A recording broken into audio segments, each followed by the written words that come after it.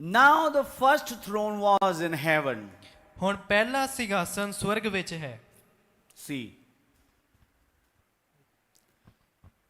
the first throne was in heaven. ਪਹਿਲਾ ਸਿੰਘਾਸਨ ਸਵਰਗ ਵਿੱਚ ਹੈ। Was. ਪਹਿਲਾ ਸਿੰਘਾਸਨ ਸਵਰਗ ਵਿੱਚ ਸੀ। The judgment seat. ਨਿਆਂ ਦੀ ਗੱਦੀ। The second throne was in Christ. ਦੂਸਰਾ ਸਿੰਘਾਸਨ ਮਸੀਹ ਦੇ ਵਿੱਚ ਸੀ। The third throne is in man. ਅਤੇ ਤੀਸਰਾ ਸਿੰਘਾਸਨ ਮਨੁੱਖ ਦੇ ਵਿੱਚ ਹੈ। ਇੱਕ ਵਾਰੀ ਮੈਂ ਐਕਸਪਲੇਨ ਕਰ ਦਵਾਂ ਪੰਜਾਬੀ ਚ। ਪਹਿਲਾ ਸਿੰਘਾਸਨ ਕਿੱਥੇ ਸੀ? ਸਵਰਗ ਵਿੱਚ। ਦੂਸਰਾ ਸਿੰਘਾਸਨ ਮਸੀਹ ਦੇ ਵਿੱਚ। ਮਸੀਹ ਵਿੱਚ, ਔਰ ਤੀਸਰਾ ਸਿੰਘਾਸਨ Now you can understand. ਹੁਣ ਤੁਸੀਂ ਸਮਝ ਸਕਦੇ ਹੋ। First throne was in heaven. ਪਹਿਲਾ ਸਿੰਘਾਸਨ ਸਵਰਗ ਵਿੱਚ ਸੀ। Second throne was in Christ. ਦੂਸਰਾ ਸਿੰਘਾਸਨ ਮਸੀਹ ਦੇ ਵਿੱਚ ਸੀ। And third throne is in man. ਅਤੇ ਤੀਸਰਾ ਸਿੰਘਾਸਨ ਮਨੁੱਖ ਦੇ ਵਿੱਚ ਹੈ।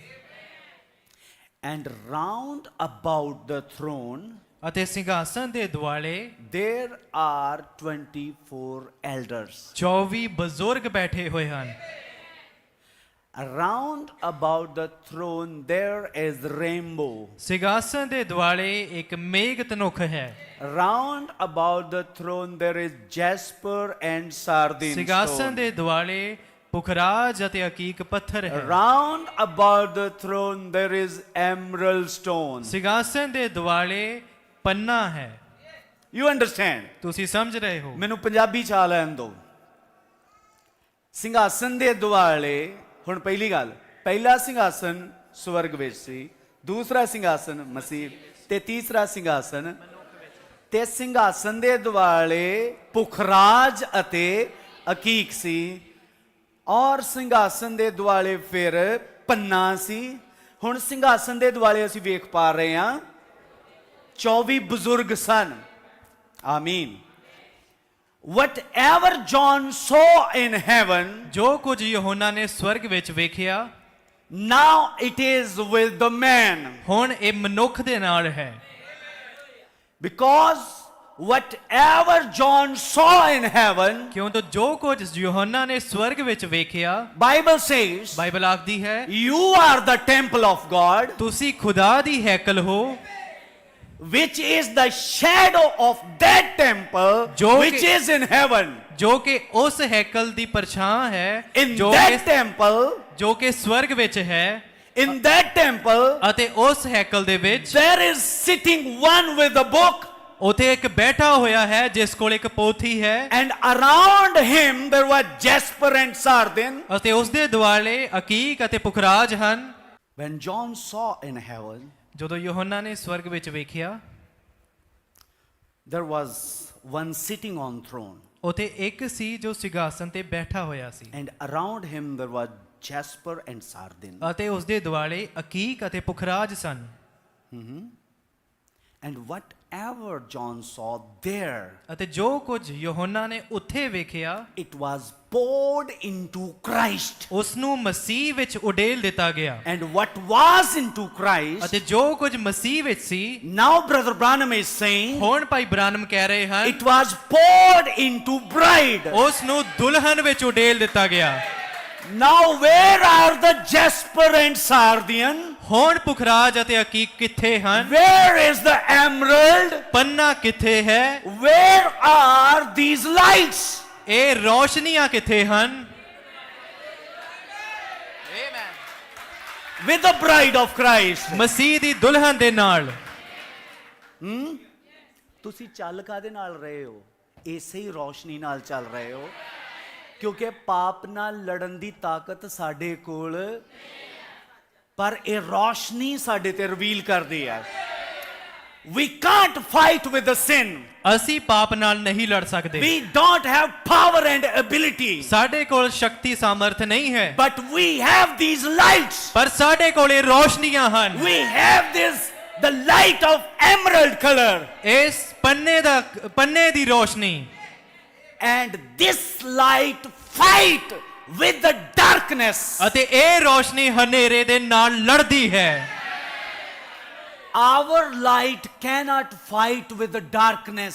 ਸਾਡੀ ਰੋਸ਼ਨੀ ਹਨੇਰੇ ਨਾਲ ਨਹੀਂ ਲੜ ਸਕਦੀ, But the light of emerald color, ਪਰ ਉਸ ਪੰਨੇ ਦੇ ਰੰਗ ਦੀ ਰੋਸ਼ਨੀ which has come into us, ਜੋ ਸਾਡੇ ਵਿੱਚ ਆ ਚੁੱਕੀ ਹੈ। because the Bible says, ਕਿਉਂ ਜੋ ਬਾਈਬਲ ਆਖਦੀ ਹੈ, in the beginning was the Word, ਆਦ ਵਿੱਚ ਸ਼ਬਦ ਸੀ and the Word was with God, ਅਤੇ ਵਚਨ ਖੁਦਾ ਦੇ ਨਾਲ ਸੀ, and Word was God, ਅਤੇ ਵਚਨ ਖੁਦਾ ਸੀ, and that was from the beginning, ਅਤੇ ਉਹ ਆਦ ਤੋਂ ਸੀ, and everything was created by Him, ਅਤੇ ਸਭ ਕੁਝ ਉਸ ਦੇ ਦੁਆਰਾ ਰਚਿਆ ਗਿਆ, and this Word was the light of man. ਅਤੇ ਇਹ ਵਚਨ ਮਨੁੱਖ ਦੀ ਰੋਸ਼ਨੀ ਸੀ।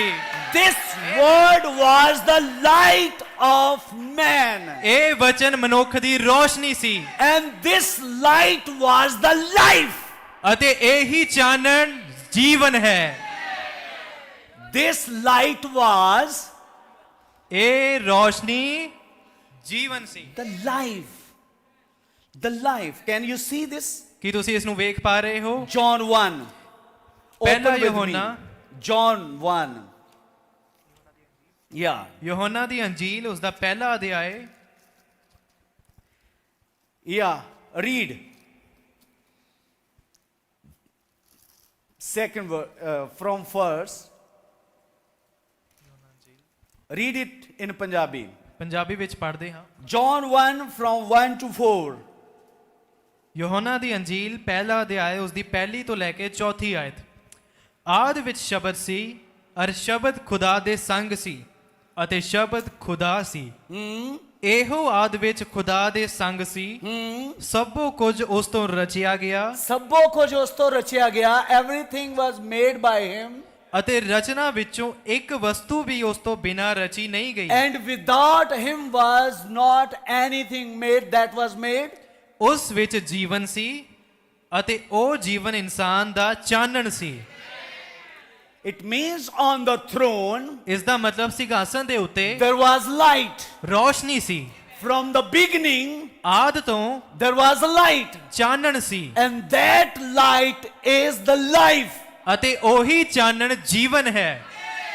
If you don't have this light, ਜੇਕਰ ਤੁਹਾਡੇ ਕੋਲ ਇਹ ਚਾਨਣ ਨਹੀਂ you ਹੈ don't have life. ਤਾਂ ਤੁਹਾਡੇ ਕੋਲ ਜੀਵਨ ਨਹੀਂ ਹੈ।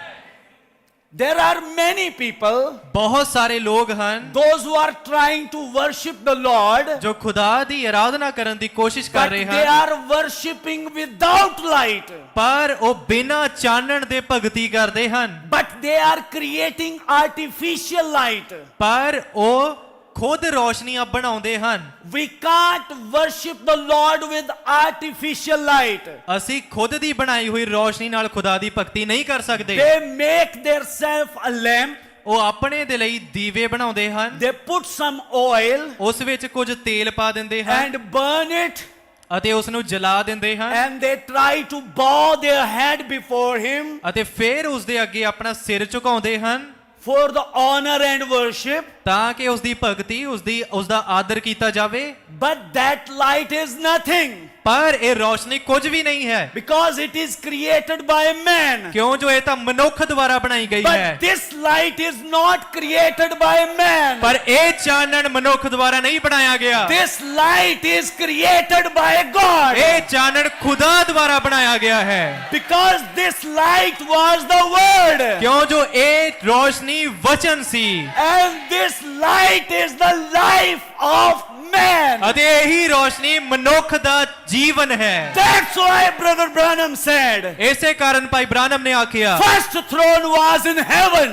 ਪਹਿਲਾ ਸਿੰਘਾਸਨ ਸਵਰਗ ਵਿੱਚ ਸੀ, Second throne was in Christ. ਦੂਸਰਾ ਸਿੰਘਾਸਨ ਮਸੀਹ ਵਿੱਚ ਸੀ, And the third throne is in man. ਤੇ ਤੀਸਰਾ ਸਿੰਘਾਸਨ ਮਨੁੱਖ ਦੇ ਵਿੱਚ ਹੈ। Because the light of God has come in man. ਕਿਉਂ ਜੋ ਖੁਦਾ ਦਾ ਚਾਨਣ ਮਨੁੱਖਾਂ ਵਿੱਚ ਆ ਚੁੱਕਾ The ਹੈ। emerald light has come in man. ਪੰਨੇ ਦੀ ਰੋਸ਼ਨੀ ਮਨੁੱਖ ਵਿੱਚ ਆ ਚੁੱਕੀ ਹੈ। The rainbow has come into man. Megh ਧਨੁਖ ਮਨੁੱਖ ਵਿੱਚ ਆ ਚੁੱਕਾ ਹੈ। Because Brother Branham saw a dream. ਕਿਉਂ ਜੋ ਭਾਈ ਬ੍ਰਾਨਮ ਨੇ ਇੱਕ ਦਰਸ਼ਨ ਦੇਖਿਆ, He saw a vision. ਉਸਨੇ ਇੱਕ ਦਰਸ਼ਨ ਵੇਖਿਆ। he saw 3 rainbows. ਉਸਨੇ 3 ਮੇਘ ਧਨੁਖਾਂ ਨੂੰ ਵੇਖਿਆ And those 3 rainbows were uniting. ਅਤੇ ਉਹ 3 ਸਤਰੰਗੀ ਪੀਂਘਾਂ ਜੁੜ ਰਹੀਆਂ ਸਨ They all were uniting, and it was pouring into one cup. ਅਤੇ ਉਹ ਏਕਤਾ ਵਿੱਚ ਆ ਰਹੀਆਂ ਸਨ ਅਤੇ ਇੱਕ ਪਿਆਲੇ ਵਿੱਚ ਆ ਰਹੀਆਂ ਸਨ And that cup is the bride of Christ. ਅਤੇ ਉਹ ਪਿਆਲਾ ਮਸੀਹ ਦੀ ਦੁਲਹਨ ਹੈ And when those rainbows were put into one cup, ਅਤੇ ਜਦੋਂ ਉਹਨਾਂ ਮੇਘ ਧਨੁਖਾਂ ਨੂੰ ਇੱਕ ਪਿਆਲੇ ਵਿੱਚ ਪਾਇਆ ਗਿਆ a voice said, ਇੱਕ ਆਵਾਜ਼ ਨੇ ਆਖਿਆ the Jehovah of Old Testament is the Jesus of New Testament. ਕਿ ਪੁਰਾਣੇ ਨੇਮ ਦਾ ਯਹੋਵਾ ਨਵੇਂ ਨੇਮ ਦਾ ਯੀਸ਼ੂ ਮਸੀਹ ਹੈ Because Jehovah has become Jesus, ਕਿਉਂ ਜੋ ਯਹੋਵਾ ਯੀਸ਼ੂ ਮਸੀਹ ਬਣ ਗਿਆ now Jesus has come into bride. ਅਤੇ ਹੁਣ ਯੀਸ਼ੂ ਮਸੀਹ ਦੁਲਹਨ ਦੇ ਵਿੱਚ ਆ ਗਿਆ The first throne was God, ਪਹਿਲਾ ਸਿੰਘਾਸਨ ਖੁਦਾ ਸੀ second throne was Christ, ਦੂਸਰਾ ਸਿੰਘਾਸਨ ਮਸੀਹ ਸੀ and the third throne is the ਅਤੇ bride. ਤੀਸਰਾ ਸਿੰਘਾਸਨ ਦੁਲਹਨ ਹੈ Understand that? ਕੀ ਤੁਸੀਂ ਸਮਝੇ ਇਸ ਨੂੰ You are not common people. ਤੁਸੀਂ ਆਮ ਲੋਕ ਨਹੀਂ ਹੋ You have a material of God. ਤੁਹਾਡੇ ਕੋਲ ਖੁਦਾ ਦੀ ਸਮੱਗਰੀ ਹੈ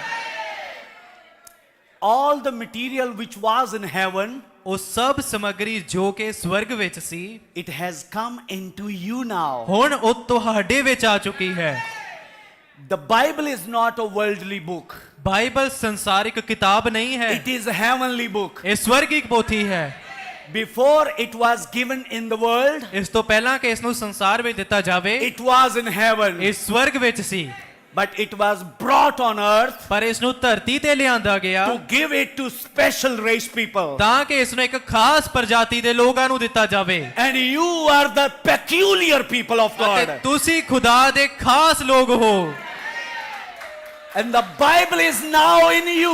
ਅਤੇ ਹੁਣ ਬਾਈਬਲ ਤੁਹਾਡੇ ਵਿੱਚ ਹੈ Understand? ਕੀ ਸਮਝੇ ਇਸ ਨੂੰ If the word is in you now, ਜੇਕਰ ਹੁਣ ਵਚਨ ਤੁਹਾਡੇ ਵਿੱਚ ਹੈ then where is jasper and sardian?